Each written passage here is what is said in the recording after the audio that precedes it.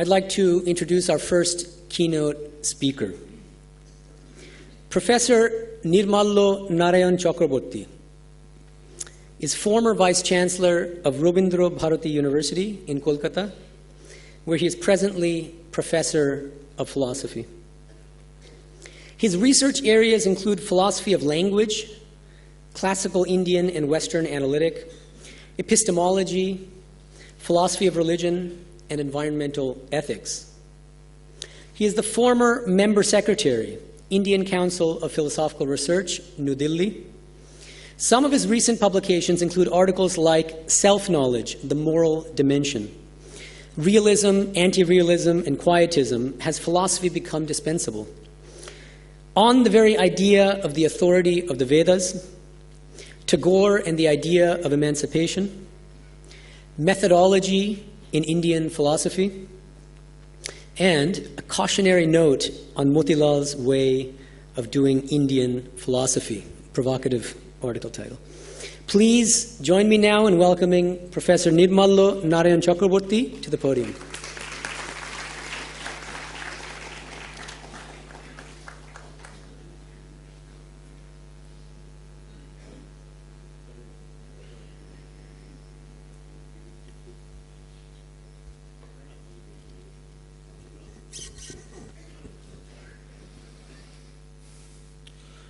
Om Sthapakaya cha dharmasya sarvadharmasvarupine avatara varishtaya Ramakrishnaya te namaha. Respected Swami Suparnanandaji, Revered Swami Sarvapriyanandaji, distinguished guests, ladies and gentlemen, it is indeed a privilege for me to be able to join here on this occasion, this evening. Let me convey my sincere thanks to Swami Medhanandaji for kindly inviting me on this occasion.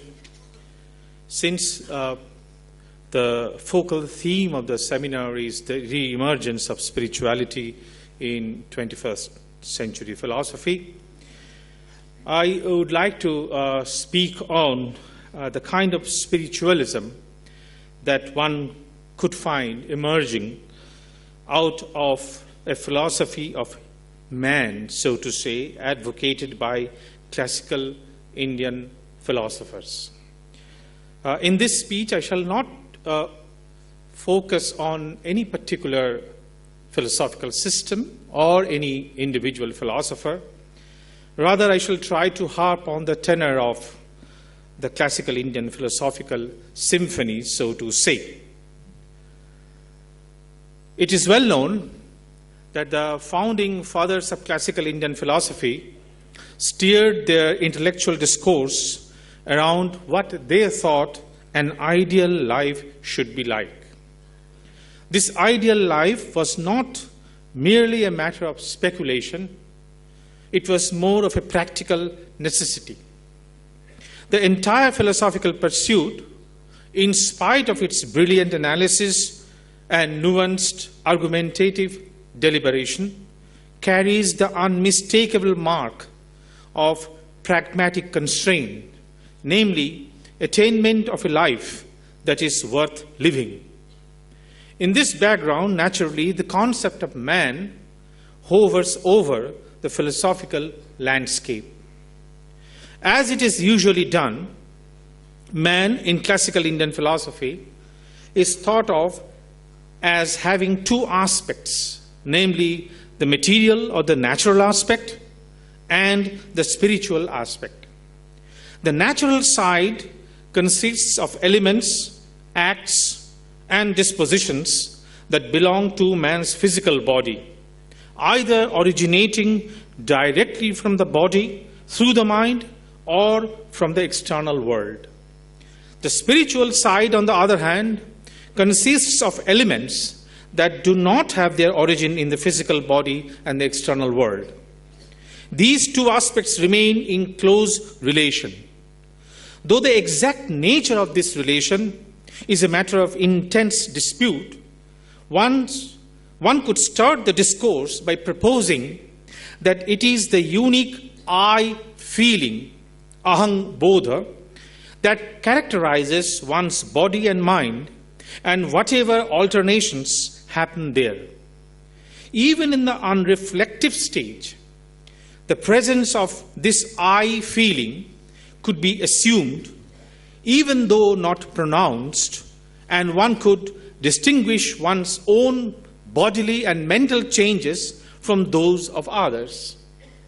This I feeling also explains one's sense of possession of extra bodily things and her treatment of those things with a peculiar tenderness that is absent in her interaction with other things. Even if the I feeling is inalienably related to the physico-mental complex, it is possible for the I, through progressive reflection, to dissociate itself from the entanglement of nature. And after this dissociation, what remains in the unreflective stage are the physico-mental changes and the external world, with no I-hood or mine-ness, mamatva, attached to it. Although normally the material and the spiritual side remain fused with each other, this fusion can be dissociated through progressive reflection, where the physico-mental complex undergoes subtler and subtler changes, and only at the highest stage the split could be discovered in its entirety. Contrary to the materialist or naturalistic explanation of man, classical Indian philosophers emphasized some sort of direct realization or perception of whatever the account of man and his relation to the world they offered. The majority of the classical Indian philosophers, barring a few exceptions, were not against the naturalistic method of explanation. In fact, at the level of manana, they did not have any alternative. At the post-manana stage, many of these philosophers talked about attempts to perceive the nature of man and his relation to the environing world directly. The exact nature of this direct awareness is amenable to different interpretations. For some, this post-manana stage is cognitive all through. It is a matter of progressive realization. Others think that it is a stage of religious communion with the spirit that undergoes several steps.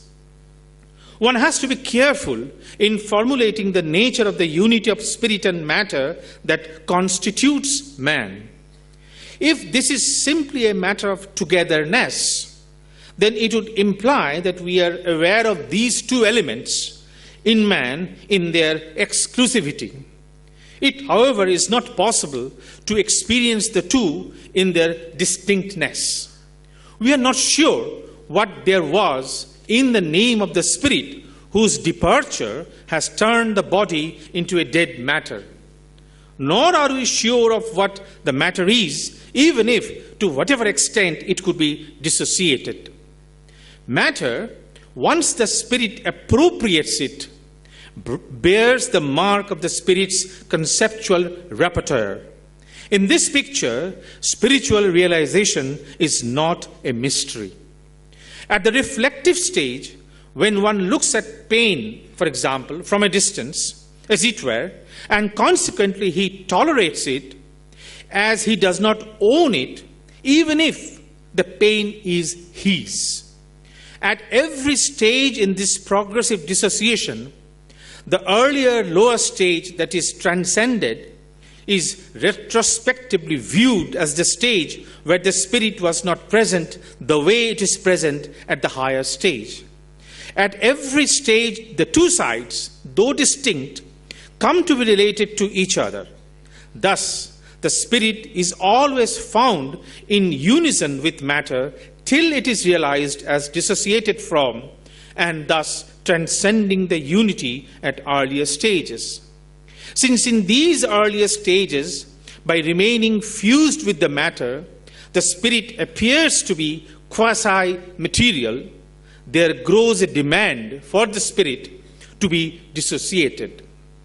This progressive dissociation of spirit is to be understood in its proper perspective.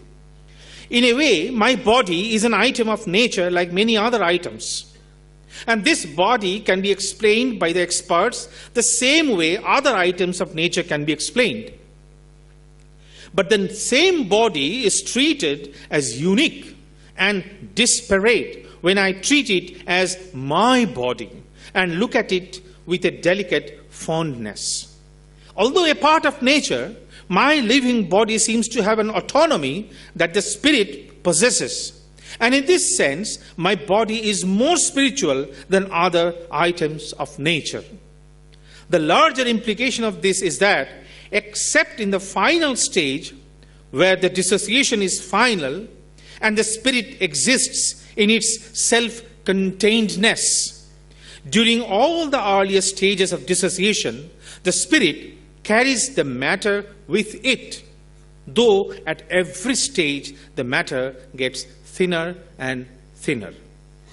Thus, when the physical body gets more spiritual, the other items of nature gets transformed.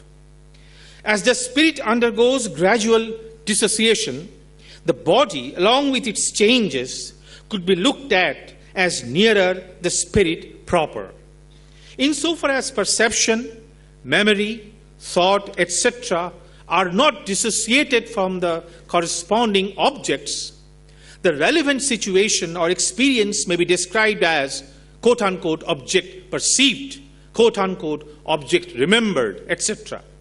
But once these objects are experienced in dissociation, the same situation may be described as quote-unquote perceiving the object, quote-unquote remembering the object, implying that these objects lack autonomy, which is the hallmark of the spirit.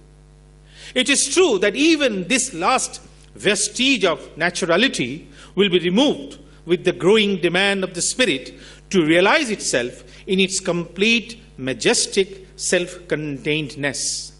Thus, all mental acts, as associated with the objects of nature, are themselves the items of nature. It is only in introspection that their knownness is revealed and so distance itself from nature. There is a further demand where these mental acts mature into recognition of themselves as items of spirituality. It is undeniable that knowledge refers to an item in nature in the sense that the natural item acts as a causal determinant. But the act of referring is knowledge's own function, implying that the knowledge might not also refer at least the way it wants. This is evident in an illusory experience where knowledge refers to another item, or in hallucination where knowledge creates its object, which is not a causal determinant of that very knowledge. Similar is the case in constructive imagination and thinking, where knowledge is not determined by nature, rather it moves by itself. Introspective awareness, though necessarily dependent on first-level mental acts, is not causally determined by nature. Introspection, in this sense, could be called over-natural. More importantly, though introspection refers to the first-level mental experience, it does so freely. Introspection is not obligated to refer to it. The nature of the reference that introspection bears to the first-level mental experience is pseudo-reference, for there is no necessity for introspection to refer at all. This is when introspection is realized as a completely dissociate spirit.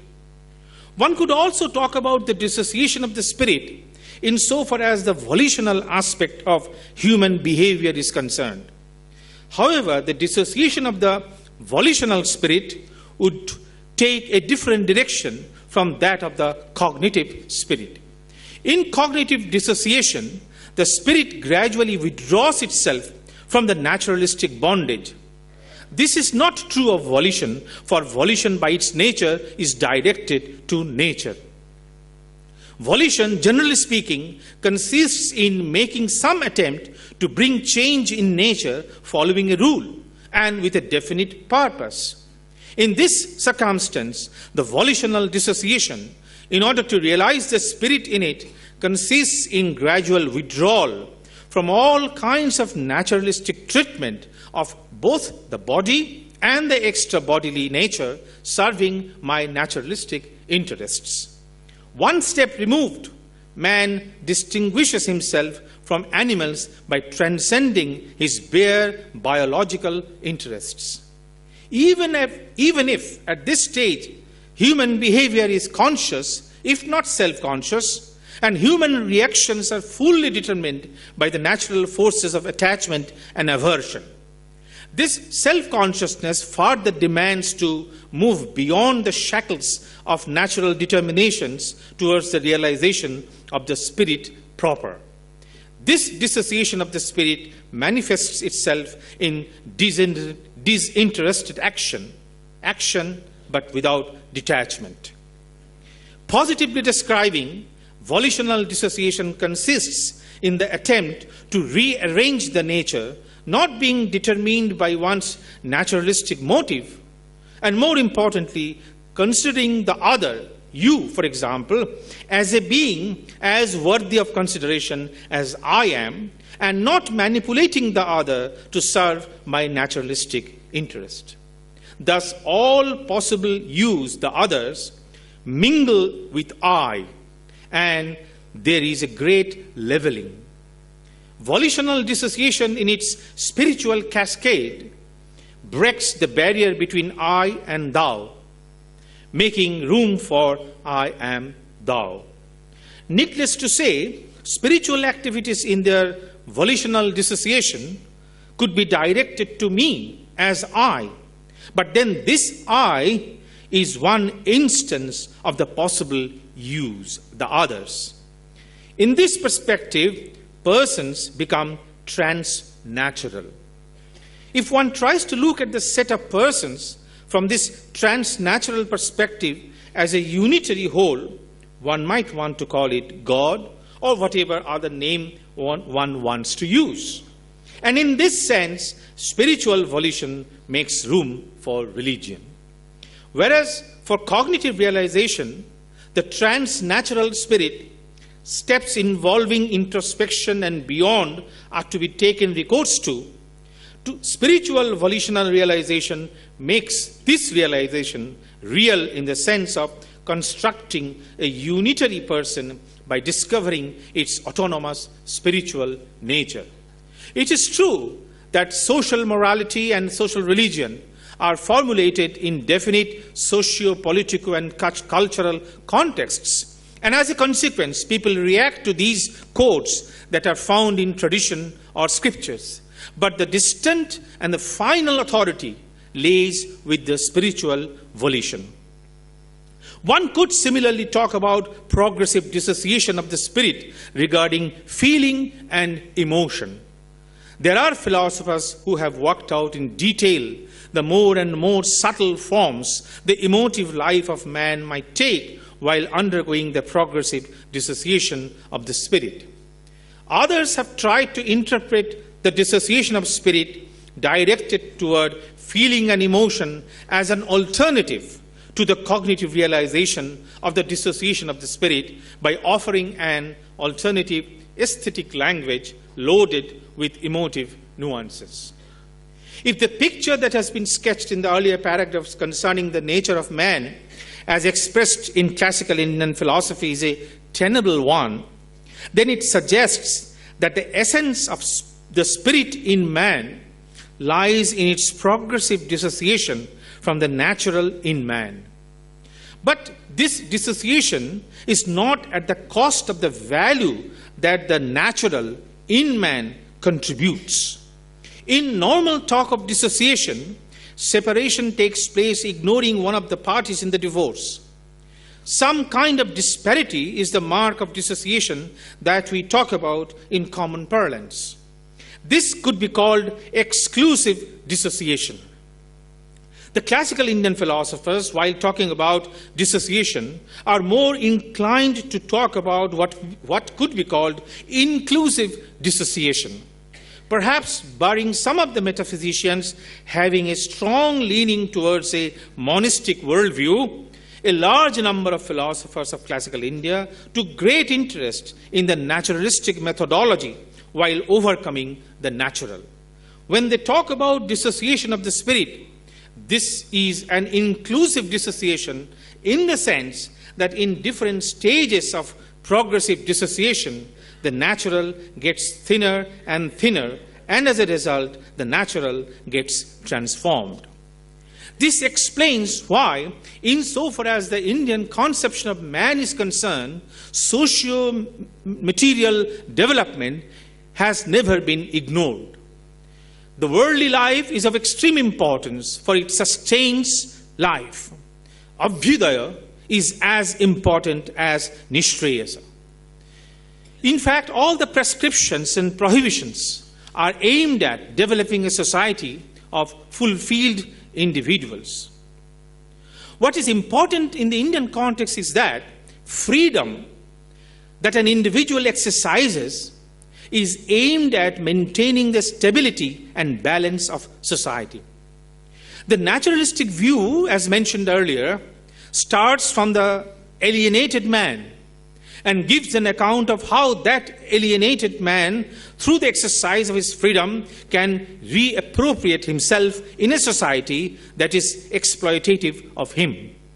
Indian view, classical Indian view at least, on the other hand, looks upon man as an individual constantly trying to identify himself with society, aiming at maintaining stability and balance in society. On the naturalistic view, social change is a historical necessity, where the individual breaks his alienation and gets the opportunity to express his full potential, sometimes giving rise to a social revolution.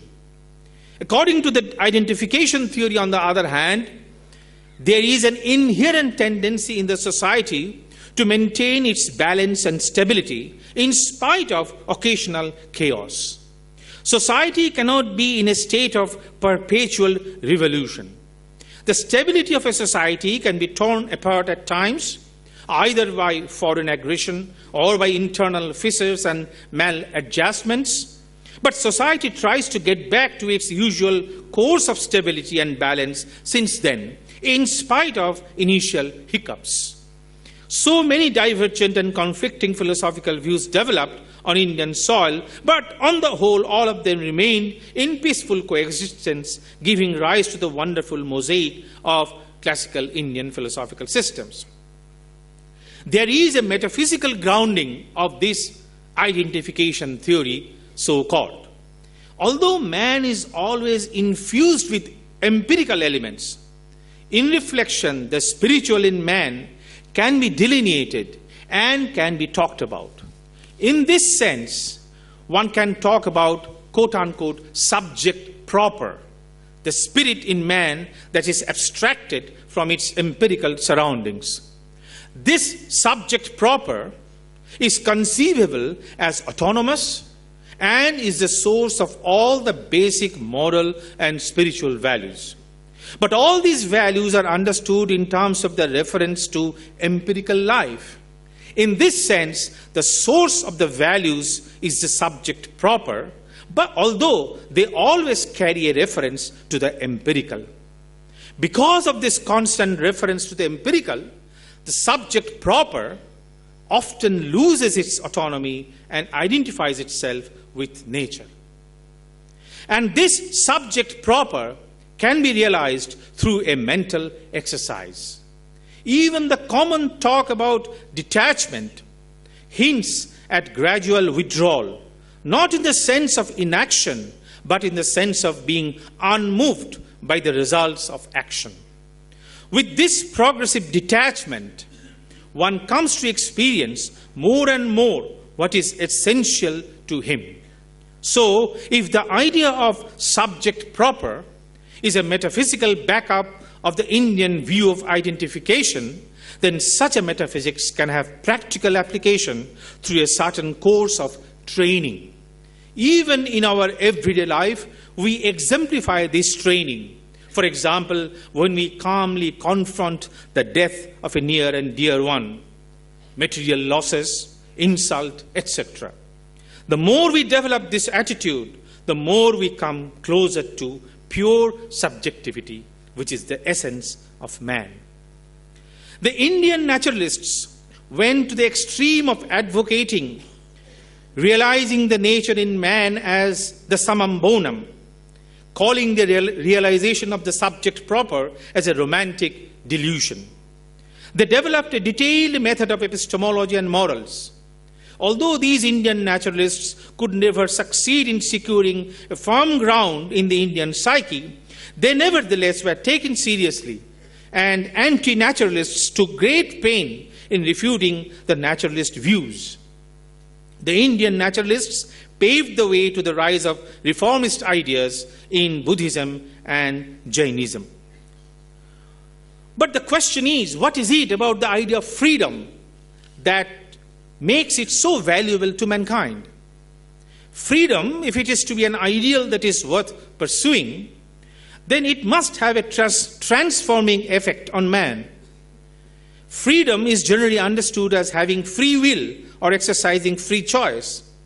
But one could ask whether this free choice can be accounted for by natural causes. If it is a matter of choice between two alternative natural tendencies, then choosing one of these falls short of free choice in a significant sense. If between satisfying hunger and the will to live, I have to choose one, this choice is made under compulsion. If in the ultimate analysis all our actions are driven by natural tendencies, then freedom in the sense of free choice does not seem to have any place left for it. Of course, in both the alternative choices, there is the phenomenological feeling of I choose. It is true that the I sense accompanies either case. This I sense might not be pronounced in the unreflective state, but its presence even there is indubitable, for at that very primary stage, I can distinguish my action from another's action, my body from another's body, and so on. Thus, I choose, this expression can be rephrased as I do, and this action is something that I call mine. So looking at this way, choice is an action with which the sense of mineness, mamatva, is associated. The mere presence of mineness does not guarantee the presence of free choice. For mineness, in a thin sense, might be present in an action that is in a way forced on me. Mineness, in this sense, does not guarantee agency, where the presence of having intention is a must. Even when you jiggle my hand and I spill the tea, although I am not the agent, the spilling act has been performed by me, and there is a mineness present here. Thus, if every choice is an act, and if every act presupposes a choice, then a vicious infinite regrets would arise. If, on the other hand, the choice is not an act, it can neither be treated as cognition nor a feeling or emotion. The choice could be preceded by cognition. If the choice is a desire or wish, then the desire for the future happening is nothing but acting on an idea, and desire to do something now is simply acting in making. Thus, the reply to the question whether there can be actions that can be called mine, and yet regarding which I do not have any choice, is that while an act can be called mine in a minimal sense, my bodily behavior, for example, yet this act befalls on me over which I don't have any choice. Here, there is no choice that precedes the act. Notice that this absence of preceding choice is different from the similar absence that determinists talk about. In determinism, there is a feeling that I have done the action, and that this is, in an important way, my choice. Mineness, or the I feeling, does not necessarily imply choice, And if choice is the mark of freedom, then mindness by itself does not imply freedom. In a larger context, freedom can be viewed as a choice either to submit or not to the given. And this given could either be empirical circumstances in which the person happens to be placed, or the tendencies originating within. We sometimes do not succumb to the empirical pressure, even though it might be a very strong one. The I feeling manifests in this choice of not submitting is a full-blooded one. The agency raises its head in full glory in the exercise of this choice. This aspect of freedom, where man executes his ability not to be limited by the given alternatives, is what constitutes freedom as transcendence. Man is thrown, so to say, in this world of contingencies, and himself becomes part of the natural world. But man's freedom allows him not to surrender to nature. Man refuses to yield to nature because, after all, some of the empirical givens stand in the way to realizing the intimate nature of man. And this is the essence of all the moral and spiritual lessons. Morals, in its details, is an attempt to organize natural givens in such a manner so that man can exercise his freedom in not resigning himself to the given. Man has this onus on him in not giving in to nature. Morality then consists in exercising this freedom, and failure to do this leads one to not being moral. A man might falter in not succumbing to the given, but the journey of man's civilization is the story of man's unwavering attempt to exercise his ability not to resign to nature. Reorganization of the empirical given is also an attempt on man's part to fulfill his inner call. The more man exercises this ability, the more moral he becomes, and the closer he gets to his inner core. Insofar as man tries to transcend the given, he exercises his freedom in its negative sense. Insofar as man reorganizes the given and positively constructs something out of it, he can be said to exercise his positive freedom. This freedom can manifest itself in the cognitive, affective, and volitional life of man. In the sensuous awareness of the given, along with its associates, when man analyzes, judges, and constructs theories of the given, he is already in the realm of cognitive freedom. Our emotional freedom consists in expressing our sentiments in works of art and religion that have their own dynamics. Volitional freedom is exercised when man is not driven by desire directed to empirical given. I would like to argue that freedom gets its value not from complying with the given, even if freely. It is the indomitable spirit in man to move beyond the given that gives freedom its worth. Freedom in its both negative and positive aspects is not a passive state of compliance. Had it been so, man's progress in individual and social fields through the exercise of freedom would not have made any sense.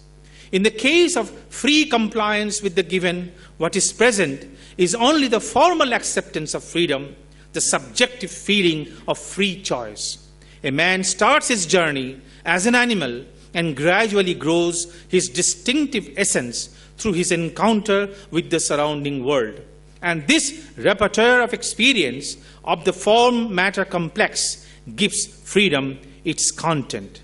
Thus, the form of freedom is always a later discovery. I started my discussion with the idea of free will in the sense of freely choosing one over another. This is what I would like to call freedom too. The hierarchical theory of free will was introduced to account for the nature of free will. This raises some problems which leads some philosophers to take up the idea of agency. If having a description of the act including the idiom of intention, is the mark of agency, then an analysis of the I feeling accompanying the intentional choice is required. This is where one could introduce the idea of freedom from the given, freedom as transcendence. This freedom from has its echo in the classical Indian concept of detachment, vairagya, and the positive course of action to realize this ideal is called practice or abhyasa. All the actions accompanied by I feeling are in an important sense initiated by inclination, raga, or aversion, dvesha. The first stage of freedom in actions accompanying I feeling consists in feeling, in internal perception, in the language of Indian philosophy, that the action or the wheel concerned has occurred in the subject herself. The next level consists of action through detachment, vairagya, which consists of free refusal to submit to the given determinants. Philosophers in classical Indian tradition have referred to different facilitators in bringing out this detachment, namely cognition, volition, or emotion. Some hold that once this detachment is brought out, it gets an autonomous status in man, and so it acquires a relatively independent status, not requiring constant backup from the facilitators. If detachment is the negative aspect of freedom, then the manifestation of the pure, intimate nature of man becomes the summum bonum of human life. Since this idea of transnatural has been highlighted as the essence of man, the worth of man lies in recognizing this autonomy of the spiritual. Recognition of worth implies change in an attitude that brings with it a particular kind of behavior. It is of course true that an attitude sometimes might fail to translate itself into behavior, but this is the failure of the agent and not of the object of attitude. If we consider the attitude of respect, then respect might show itself just in the mental disposition that the agent entertains, or it might manifest itself in action, even sometimes in inaction. But there are certain cases of respect where respect itself is constituted by behaving in a particular manner, like respecting the rules of traffic, for example. Although varieties of things could be objects of respect, it is important to notice that the agent of the attitude of respect must be a self-conscious, rational being, capable of appreciating the worth of the object of respect, and may be held responsible for failing to show respect. The agent of the attitude of respect thinks that there are some respect-warranting features in the object in virtue of which the object demands respect. The agent may be wrong in thinking that the object possesses these respect-warranting features, or that the agent may be wrong in taking these features to be respect-warranting, and in that case, the respect that the agent shows may be inappropriate. In this way, respect is different from a gut feeling, desire, etc. Against the above-mentioned logic of the attitude of respect, one could accommodate this attitude in the classical Indian pursuit. I would like to distinguish respect to from respect for. Respect for is an attitude that one entertains after finding out some features in the object, and these features are positively appraised in the society in general. We can respect one for being an excellent teacher or a skillful carpenter. Respect for could be a fractured attitude in the sense that we can respect somebody for being an excellent teacher, and we may not respect him as an efficient administrator. Respect to is more closely related to the object per se, to the very nature of the object as such. This involves recognition of the true nature of the object, irrespective of whether one can find out the presence of the positively appraised respect-warranting features in the object or not. Respect to, on the other hand, does not make any such demand.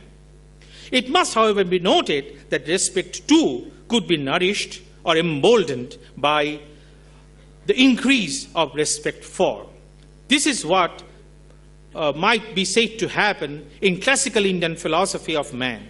Setting the emancipatory goal fixed, Indian philosophy has always shown respect to people who have engaged themselves in following the prescribed path to the attainment of the summum bonum of human life. Dissociation from the natural and resultant realization of the spiritual in man has always found a favorable place in philosophical activities in India. Respect, too, here demands that the object of respect makes sincere attempts to realize the essential in him. This does not mean to be indifferent to the people who have gained skills in virtue of which we can have respect for them. In fact, many stories and parables in ancient literature are abound with characters who can, in the sense explained here, demand both respect to and respect for. Thank you very much.